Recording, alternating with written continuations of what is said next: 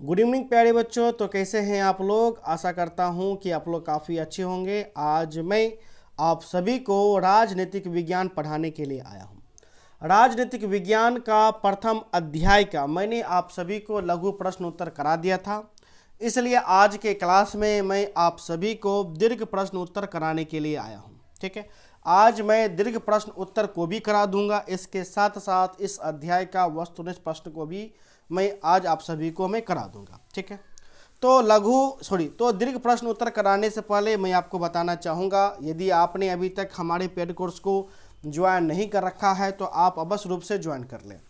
पूरे साल भर का मात्र 1500 फी है। ठीक है, पाँचों विषय के लिए, जिसमें पाँचों विषय चैप्टर वाइज पढ़ाए जाएंगे, चैप्टर वाइज नोट्स दिए जाएंगे, चैप्टर वाइज वीवीआई क्वेश्चन बताए हैं न जाएंगे, चैप्टर को समाप्त करने के बाद टेस्ट भी लिए जाएंगे तथा अक्टूबर में सिलेबस को समाप्त करने के बाद निःशुल्क गैस क्वेश्चन आपको दिए जाएंगे।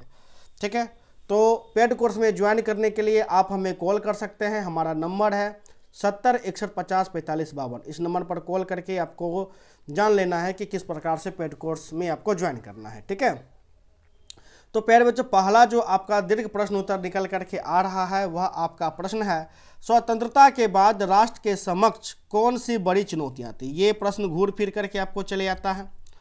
लेक्चर के वीडियो में मैंने आप सभी को इस पॉइंट को काफ़ी अच्छे से समझाया था, 3 चुनौतियों को समझाया था। लघु प्रश्न में भी इस प्रश्न को मैंने समझाया था। ठीक है, एक मतलब कि 2 बार लाइव में आया था, उसमें भी मैंने इसे काफ़ी अच्छे से समझाया था। लगभग लगता है कि मैं 4 बार इस पॉइंट को काफ़ी अच्छे से आप सभी को मैंने समझा दिया। क्योंकि दीर्घ में भी ये प्रश्न पूछे जाते हैं, इसलिए किस प्रकार से आपको दीर्घ लिखना है यह बताना अत्यधिक जरूरी हो जाती है। ठीक है, इसलिए प्यारे बच्चों, दीर्घ में इस प्रश्न का उत्तर किस प्रकार से देना है आज आपको ये भी जानना है। क्योंकि लघु में मैंने बताया कि इस प्रकार के जब प्रश्न पूछे जाते हैं, स्वतंत्रता के बाद राष्ट्र के समक्ष कौन सी बड़ी चुनौतियाँ थी, मैंने लघु में लिखाया कि स्वतंत्रता के बाद राष्ट्र के समक्ष 3 बड़ी चुनौतियाँ थी। वो पहला चुनौती था एकता को कायम करने की चुनौती, दूसरा था लोकतंत्र को स्थापित करने की चुनौती, जबकि तीसरा था एक ऐसे विकास के जिससे सभी वर्गों का विकास हो सके, ना कि कुछ तबकों का। ठीक है, तो दीर्घ में क्या करना है कि इसी तीनों पॉइंट को डील कर देना है, यानी एकता को कायम करने की चुनौती, इस पॉइंट को डील करना है। ठीक है, अर्थात इसी प्रकार लोकतंत्र को कायम करने की चुनौती, इसको भी डील कर देना है। तो तीनों पॉइंट को जब हम डील कर देंगे तो यही मेरा क्या हो जाएगा, मेरा दीर्घ मेरा बन जाएगा। ठीक है, तो डील किस प्रकार से करना है, उसको किस प्रकार से लिखना है, आपको इस प्रकार से लिखना है आसान भाषा में कि जिससे आपको 5 में 5 आपको मिल सके। इसलिए मैं आपको प्रथम अध्याय में PDF फाइल में दे करके आपको मैं समझा रहा हूँ कि आपको किस प्रकार से लिखना है। ठीक है, तो प्यारे बच्चों, उत्तर आपको इस प्रकार से देना है। 14-15 अगस्त की मध्य रात्रि को हमारा प्यारा देश भारत आज़ाद हुआ। ठीक है, बिल्कुल आज़ाद हुआ था। ठीक है, आज़ादी के दिन हम जितने खुश थे उतने ही गम में थे। एकदम सच बात है, खुश भी थे, गम में थे। गम में इसलिए थे क्योंकि पता चला कि देश का विभाजन होने वाला है। ठीक है, क्योंकि आज़ादी के साथ साथ हमारे देश का विभाजन भी हुआ, इसलिए थोड़ा बहुत हम गम में भी थे। खैर कोई बात नहीं। आज़ादी के बाद हमारे देश को अनेक प्रकार की चुनौतियों का सामना करना पड़ा, बिल्कुल सच बात है। अनेक प्रकार का चुनौती था, एकता को कायम करने की चुनौती, लोकतंत्र को कायम करने की चुनौती, इसके अलावा भूखमरी का चुनौती, बेरोजगारी का चुनौती, बहुत चुनौती था कि नहीं था। इन सभी चुनौती में से लेकिन इन 3 ऐसी चुनौती थी जो अन्य की तुलना में काफ़ी कठिन थी। ठीक है, अब चुनौती तो दुनिया भर का था, लेकिन उस दुनिया भर की चुनौती में 3 को चुनौती ऐसा था जो कि सभी चुनौती के तुलना में यह तीनों चुनौती काफ़ी कठिन था, जो कि निम्नलिखित है। कौन होगा? वही पहला, एकता के सूत्र में बांधने का चुनौती, अर्थात एकता को स्थापित करने का चुनौती। ठीक है, तो इस प्रकार से आपको लिखना है, पहली चुनौती डैश दे करके इस प्रकार से लिखना है। ठीक है, जिससे आपको नंबर काफ़ी अच्छा मिलेगा। ठीक है ना, तो देखिए, पहली और तात्कालिक यानी उस समय का पहली और तात्कालिक चुनौती एकता के सूत्र में बंधे एक ऐसे भारत को गढ़ने की थी जिसमें भारतीय समाज की सारी विविधताओं के लिए जगह हो। ठीक है, क्योंकि भारत अपने आकार और विविधता में किसी महादेश के बराबर था। मैंने आपको बताया था कि भारत का जो क्षेत्रफल है वह क्षेत्रफल किसी महादेश से कम नहीं है। जिस प्रकार महादेश में भिन्न भिन्न भाषा के देश होते हैं, भिन्न भिन्न संस्कृति के देश होते हैं, उसी तरह भारत देश में भिन्न भिन्न भाषा के प्रांत आपको दिखाई पड़ेंगे। जैसे बंगाल हो गया, पश्चिम बंगाल हो गया, गुजरात हो गया, है कि नहीं, तमिलनाडु हो गया, पंजाब हो गया, ठीक है। तो भारत किसी महादेश से कम नहीं है, इसलिए हमारे सामने सबसे बड़ा समस्या यह था कि किस प्रकार हम सभी को जोड़े रखें, अर्थात एकता के सूत्र में बांधे रखें, ठीक है। तो पहला चुनौती तो आपको हो गया। दूसरा चुनौती को आपको लिखना है, दूसरी चुनौती इसी प्रकार से आपको लिखना है, पॉइंट बाय पॉइंट बना करके, जिससे आपका जो नंबर है वह नंबर आपको काफ़ी अच्छे से मिल सके। दूसरी चुनौती लोकतंत्र को कायम करने की थी, मैंने बता चुका, ठीक है। हमें एक ऐसे लोकतंत्र गढ़ने की थी जिससे भारत के सभी नागरिकों को समान अधिकार मिले। संविधान में मौलिक अधिकारों की गारंटी दी गई है और हर नागरिक को मतदान करने का अधिकार दिया गया है, ठीक है। तो यह हो गया हमारा दूसरा आपको चुनौती था, अर्थात किस प्रकार हमें लोकतंत्र को गढ़ना था। ये भी अपने आप में एक बहुत बड़ा समस्या था, चुनौती था, ठीक है। जब तक लोकतंत्र को हम लोग नहीं गढ़ेंगे, नहीं बनाएंगे, क्या देश एक नियम से चल पाएगा? नहीं, आपको चल पाएगा, ठीक है। जो भी मौलिक अधिकार हमें जो मिले हैं या जो गारंटी दिया जाता है, किसके आधार पर? तो लोकतंत्र के ही आधार पर आपको दिया जाता है, ठीक है। इसी प्रकार आपको जो तीसरा जो चुनौती है, तीसरा चुनौती क्या है? तो तीसरी चुनौती थी ऐसे विकास की जिससे समूचे समाज का भला होता हो, ना कि कुछ तबकों का। मैं आपको ये भी बता चुका। संविधान में यह बात साफ कर दी गई थी कि सबके साथ समानता का बर्ताव किया जाए और सामाजिक रूप से वंचित तबकों तथा धार्मिक, सांस्कृतिक, अल्पसंख्यक समुदाय को विशेष सुरक्षा दी जाए, ठीक है। अर्थात समानता तो लाना ही लाना है, लेकिन उन समानता में उसको विशेष करके छूट देना है जो क्या हो, जो काफ़ी पिछड़ा हो, ठीक है, जो काफ़ी पिछड़ा हो, आर्थिक रूप से वंचित हो, ठीक है। उस प्रकार से आपको अल्पसंख्यक समुदाय को विशेष सुरक्षा आपको दी गई थी, ठीक है ना। तो प्यारे बच्चों, दीर्घ का हमारा पहला प्रश्न हो चुका है। आशा करता हूं कि पहला प्रश्न आपको समझ में काफ़ी अच्छे से आया होगा। इसलिए अब हम आते हैं दूसरे प्रश्न पे, ठीक है। हमारा जो दूसरा प्रश्न है, या दूसरा प्रश्न है हैदराबाद का भारत में विलय कैसे हुआ, ठीक है। मैंने काफ़ी अच्छे से आप सभी को बताया था कि हैदराबाद का विलय भारत में कैसे हुआ। तो मैंने बताया था कि हैदराबाद का जो शासक था वह शासक कौन था? निजाम, ठीक है। हैदराबाद का शासक निजाम ही कहलाता है। निजाम मतलब राजा समझिए, ठीक है, निजाम ही कहलाता था। तो निजाम का कहना था कि हम भारत में नहीं बनेंगे बल्कि खुद का एक देश बनाएंगे। क्यों वो ऐसा बोलता था? क्योंकि वो दुनिया का सबसे ज़्यादा दौलतमंद इंसान था, दौलतमंद शासक था, ठीक है, मतलब बहुत अमीर था वो, ठीक है। तो भारत में कैसे कैसे बना, कैसे कैसे सरदार वल्लभ भाई पटेल ने ऑपरेशन पोलो मिशन चलाए, जिसके फलस्वरूप हैदराबाद को चारों पट्टी से घेर लिए, फिर हैदराबाद को झुकना पड़ गया, ठीक है। तो कैसे कैसे बना, तो इसका संपूर्ण कहानी मैंने आप सभी को समझाया रजवाड़ाओं के विलय में। यदि आप वह वीडियो नहीं देखे हैं तो उस वीडियो को आप अवश्य रूप से देख लीजिए, ठीक है। लेक्चर का वीडियो प्यारे बच्चों आपको मिस नहीं करना है, सभी का सभी वीडियो आपको देखना है, ठीक है। तो इसका उत्तर किस प्रकार से देना है, चलिए देखते हैं। हैदराबाद एक बड़ी रियासत थी जिसमें कुछ हिस्से आज के महाराष्ट्र, कर्नाटक और आंध्र प्रदेश तक फैले थे। यहाँ का शासक निजाम कहलाता था, मैं आपको बता चुका हूँ। वह चाहता था कि हैदराबाद को आज़ाद रियासत का दर्जा दिया जाए, ठीक है, दर्जा दिया जाए, ठीक है, जिससे वो एक देश के रूप में बन सके, ठीक है। इसके लिए उसने 1 साल के लिए भारत सरकार से समझौता भी किया, किंतु इसी दौरान हैदराबाद के लोगों ने निजाम के विरुद्ध आंदोलन छेड़ दिया। मैंने आपको बताया था कि क्यों आंदोलन छेड़ दिया था, क्योंकि वो भेदभाव करता था, ठीक है। तेलंगाना के किसान, हैदराबाद की महिलाएं, कम्युनिस्ट, वो हैदराबाद कांग्रेस, सभी इस दल में क्या थे? तो सम्मिलित थे, ठीक है। निजाम ने आंदोलन को दबाने के लिए अर्धसैनिक बल को रवाना किया, ठीक है। मैंने बताया था कि अर्धसैनिक को ही आपको रजाकार कहा जाता है। रजाकार में जो भी आपको सैनिक थे वो 99% क्या थे? तो मुस्लिम ही आपको हुआ करते थे। 99 ने 100% कहिए, ठीक है। तो निजाम ने आंदोलन को दबाने के लिए अर्धसैनिक बल को रवाना किया, जिसे रजाकार कहा जाता था। सांप्रदायिक प्रवृत्ति होने के कारण इन रजाकारों ने गैर मुसलमानों पर अत्याचार किए, जो मुसलमान नहीं थे उन पर क्या किए थे, अत्याचार किए। अंततः सितंबर 1948 में भारतीय सेना हैदराबाद पहुंची।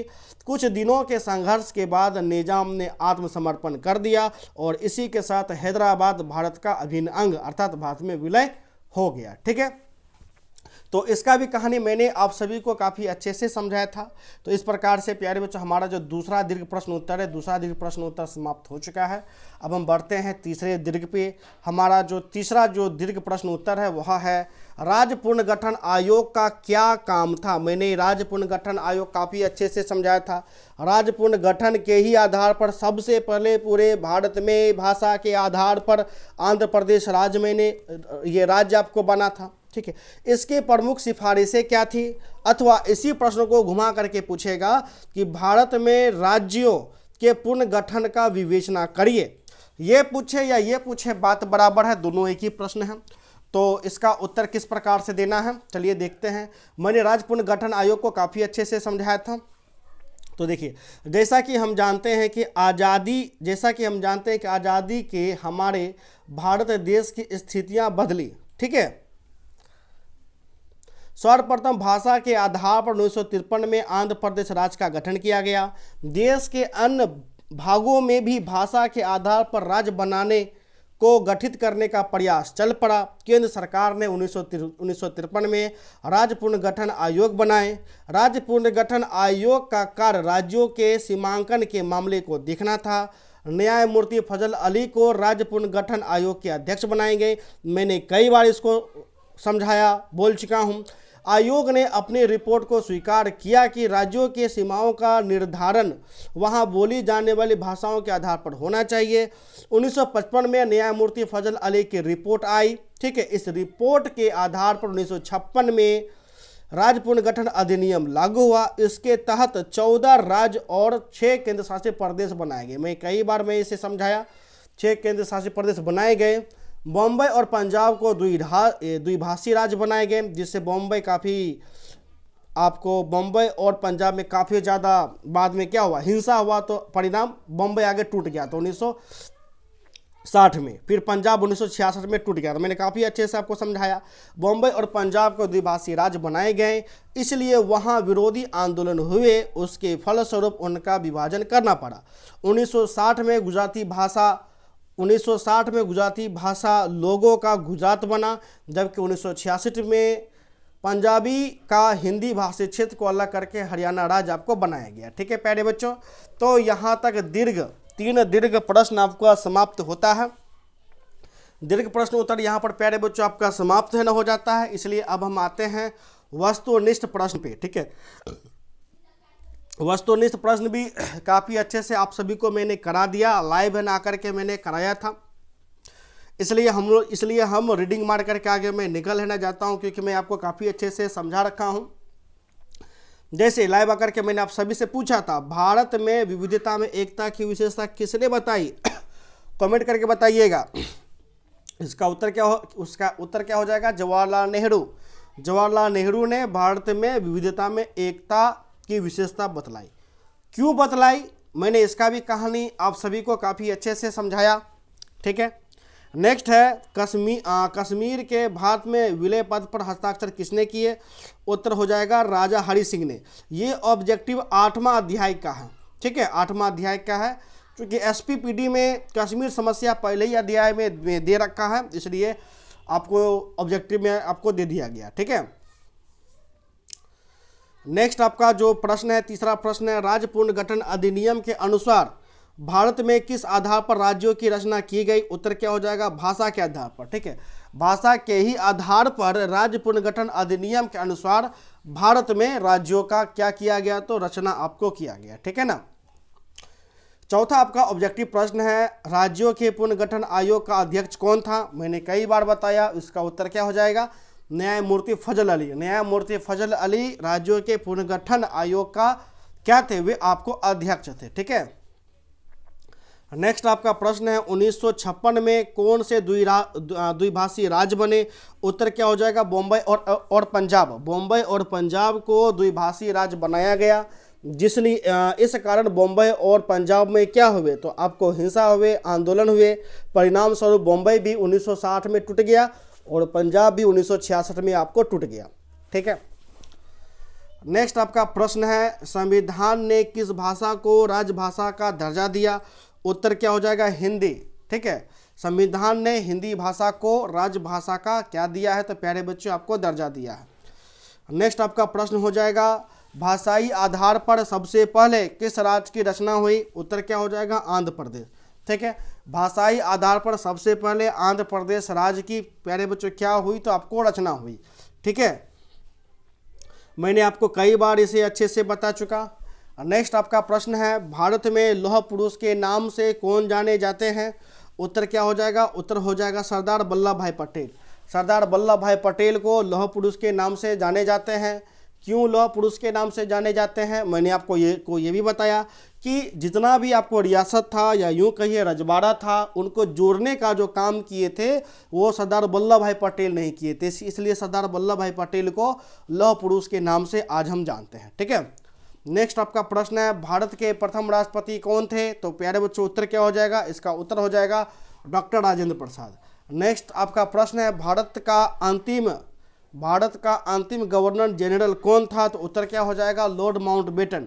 लॉर्ड माउंटबेटन भारत के अंतिम जनरल गवर्नर थे। ठीक है। नेक्स्ट आपका प्रश्न है, स्वतंत्र भारत के प्रथम भारतीय गवर्नर जनरल कौन थे? उत्तर क्या हो जाएगा? सी गोपालाचारी। देखिए, जब भी लगा रहेगा स्वतंत्र, ठीक है, स्वतंत्र भारत के प्रथम भारतीय जनरल गवर्नर, क्या? तो प्रथम भारतीय जनरल गवर्नर, जैसे ही प्रथम भारतीय जनरल गवर्नर रहेगा तो हो जाएगा सी गोपालाचारी। क्या हो जाएगा? तो प्यारे बच्चों सी गोपालाचारी। यदि सीधे पूछेगा कि भारत का अंतिम जनरल गवर्नर कौन था, तो वो हो जाएगा लॉर्ड माउंटबेटन। ठीक है, क्या हो जाएगा? Lord Mountbatten. जब प्रथम भारतीय आपको नहीं होगा तब आपको हो जाएगा सी गोपालाचारी। यदि भारतीय नहीं पूछे तो लॉर्ड माउंटबेटन आपको अंतिम हो जाएगा। ठीक है ना, इसमें बहुत बच्चे कंफ्यूज करते हैं। नेक्स्ट आपका प्रश्न है, देश के विभाजन से कौन कौन से राज्य प्रभावित हुए? उत्तर क्या हो जाएगा? पंजाब और बंगाल। पंजाब और जो बंगाल है वो सबसे ज़्यादा प्रभावित हुए थे। ये प्रभावित कैसे हुए थे? मैंने इसके भी बारे में काफ़ी अच्छे से बताया था कि पंजाब और बंगाल के जो कुछ हिस्से थे उनको यही नहीं पता था कि बेचारा वो भारत में गया है कि पाकिस्तान में गया है। ठीक है, तो जिस कारण ये प्रांत काफ़ी ज़्यादा प्रभावित हुए। यहाँ काफ़ी ज़्यादा हिंसा होता है, काफ़ी ज़्यादा मारकाट होता है, जिस पर काफ़ी फिल्मों बना हुआ है, जैसे गदर। ठीक है, पंजाब में जो घटना आपको हुआ था उस घटना को लेकर के गदर फिल्म भी ये आपको बना है। ठीक है ना। नेक्स्ट आपका प्रश्न है, किसने द्विराज सिद्धांत का प्रतिपादन किया? उत्तर क्या हो जाएगा? मैंने इसे भी काफ़ी अच्छे से आपको बताया कि द्विराज सिद्धांत का प्रतिपादन मुस्लिम लीग आपको करते हैं। कौन करते हैं? मुस्लिम लीग। तो मुस्लिम लीग तो एक दल हो गया, अब दल तो कभी प्रतिपादन तो करेगा नहीं, तो मुस्लिम लीग के तरफ से अली जिन्ना ने क्या किया? तो द्विराज सिद्धांत का प्रतिपादन किया। तो उत्तर क्या आपका हो जाएगा? मोहम्मद अली जिन्ना। ठीक है, मोहम्मद अली जिन्ना मुस्लिम लीग के तरफ से द्विराज सिद्धांत का क्या करते हैं? तो प्रतिपादन करते हैं। ठीक है। नेक्स्ट आपका प्रश्न है, किस आंदोलन ने आंध्र प्रदेश के लिए स्वायत्त प्रदेश की मांग की थी? तो उत्तर क्या हो जाएगा? विशाल आंध्र आंदोलन। ठीक है, मैंने आपको कहा था कि आंध्र आंदोलन ने आंध्र प्रदेश के लिए स्वायत्त प्रदेश यानी कि एक राज्य, ठीक है, एक पूर्ण राज्य की मांग आपको की थी विशाल आंध्र आंदोलन ने। ठीक है, विशाल आंध्र आंदोलन के तहत जो पोट्टी जी थे, ठीक है, पोट्टी जी का मृत्यु हो जाता है 56 दिन के भूख हड़ताल के बाद, तो अंत में सरकार को झुकना पड़ जाता है। इसलिए सरकार दिसंबर 1952 में आंध्र प्रदेश राज्य बनाने की क्या करते हैं? तो घोषणा दिसंबर 1952 में घोषणा करते हैं और आंध्र प्रदेश 1953 में जाकर के बन जाता है, यानी कि राज्य बन जाता है। ठीक है। नेक्स्ट आपका प्रश्न है, भारत में वर्तमान में कुल कितने राज्य एवं केंद्र शासित प्रदेश है? तो उत्तर क्या हो जाएगा? भारत में कुल राज्यों की संख्या कितना है? तो 28 है, जबकि केंद्र शासित प्रदेश की संख्या कितना है? तो 8 है। ठीक है, अब हम आते हैं, नेक्स्ट हमारा प्रश्न है, हाँ, किस भाषा के आधार पर 1953 में आंध्र प्रदेश का गठन हुआ? मैंने आपको काफ़ी अच्छे से बताया कि तेलुगु भाषा के आधार पर आंध्र प्रदेश राज्य का क्या हुआ? तो गठन हुआ। कब हुआ? तो 1953 में हुआ। ठीक है। नेक्स्ट आपका प्रश्न में भारतीय राष्ट्रीय कांग्रेस के संस्थापक कौन है? तो इसका उत्तर हो जाएगा A.O. ह्यूम। ठीक है, ये जो थे आपको भारतीय राष्ट्रीय कांग्रेस के क्या थे? तो संस्थापक थे। आपको जानकर बेहद आश्चर्य होगा, ये व्यक्ति क्या थे? तो अंग्रेज थे। ठीक है, अंग्रेज थे। ठीक है, नेक्स्ट आपका जो प्रश्न है, राज्य पुनर्गठन आयोग की स्थापना कब हुई? मैंने कई बार बताया, राज्य पुनर्गठन आयोग की स्थापना 1953 में हुई। ठीक है, नेक्स्ट आपका प्रश्न है, राज्य पुनर्गठन अधिनियम कब पारित हुआ? तो उत्तर क्या हो जाएगा? राज्य पुनर्गठन अधिनियम 1956 में पारित हुआ। ठीक है, नेक्स्ट आपका प्रश्न है, भारत के प्रथम उपराष्ट्रपति कौन थे? उत्तर क्या हो जाएगा? Doctor S Radhakrishnan. Doctor S Radhakrishnan Bharat के क्या थे? तो उपराष्ट्रपति थे, प्रथम उपराष्ट्रपति थे। ठीक है, नेक्स्ट आपका प्रश्न है, भारत के प्रथम प्रधानमंत्री कौन थे? तो उत्तर क्या हो जाएगा? जवाहरलाल नेहरू। जवाहरलाल नेहरू भारत के प्रथम प्रधानमंत्री थे। ठीक है, नेक्स्ट आपका प्रश्न है, मुस्लिम लीग की स्थापना कब हुई? उत्तर क्या हो जाएगा? 1906। 1906 में मुस्लिम लीग की स्थापना होती है। ठीक है, नेक्स्ट आपका प्रश्न है, किस देश का संविधान विश्व का सबसे बड़ा संविधान है? सभी बच्चों को पता होगा कि भारत का संविधान विश्व का सबसे बड़ा संविधान है। ठीक है, नेक्स्ट आपका प्रश्न है, भारतीय संविधान के किस भाग में संविधान की आत्मा कहा जाता है? उत्तर क्या हो जाएगा? प्रस्तावना। प्रस्तावना को भारतीय संविधान की आत्मा कहा जाता है। नेक्स्ट आपका प्रश्न है, भारत के पहले गृह मंत्री कौन थे? तो उत्तर क्या हो जाएगा? सरदार वल्लभ भाई पटेल। सरदार वल्लभ भाई पटेल क्या थे? तो भारत के प्रथम गृह मंत्री थे। ठीक है, तो यहाँ पर प्यारे बच्चों आपका जो प्रथम अध्याय है, प्रथम अध्याय ये आपका समाप्त होता है। अब हम क्या करेंगे, नेक्स्ट क्लास में जो दूसरा आपका अध्याय है, दूसरे अध्याय को हम प्रारंभ कर देंगे। यदि आपने अभी तक हमारे पेड कोर्स को ज्वाइन नहीं कर रखा है तो आप अवश्य रूप से ज्वाइन कर ले। अत्यधिक जानकारी के लिए आप हमें कॉल कर सकते हैं। हमारा नंबर है 70 61 50 45 52। धन्यवाद।